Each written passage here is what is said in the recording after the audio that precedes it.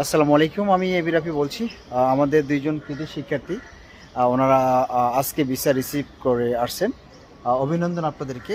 তো আপনারা কবে এম্বাসিতে দাঁড়িয়েছিলেন আর কবে ভিসা কল পেয়েছেন আর কবে ভিসা পেয়েছেন একটু যদি আমি বলতেন। 4 তারিখ এম্বাসি ফেস করলাম। তো 21 তারিখ ওয়েটিং ছিলাম দীর্ঘদিন। 21 তারিখ কল করে আমাকে ডেলিভারি ডেট দেওয়া হলো।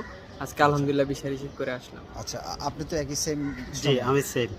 আচ্ছা, সেম সময় আপনিও মানে 4 তারিখে দাঁড়িয়েছেন, 4 তারিখে 21 তারিখে দাঁড়াইছি, call পেয়েছেন। 21 তারিখ কল পেয়েছি আর আর আজকে আজকে ভিসা রিসিভ ভিসা রিসিভ করেছি। মানে কেমন অনুভূতি, কেমন এই যে ভিসা রিসিভ করলেন? আলহামদুলিল্লাহ স্যার, অনেক ভালো। অনেক ভালো। মানে যখন আপনারা ভিসা ডেলিভারি ফোন পান নাই তখন কেমন ছিল আসলে? স্যার ওয়েটিংয়েও স্যার অনেক চিন্তিত ছিলাম, অনেক টেনশনে ছিলাম। তো মাঝে মাঝে কল করতাম আপনাদের কাছে, মাহাদি স্যারের কাছেও কল করতাম।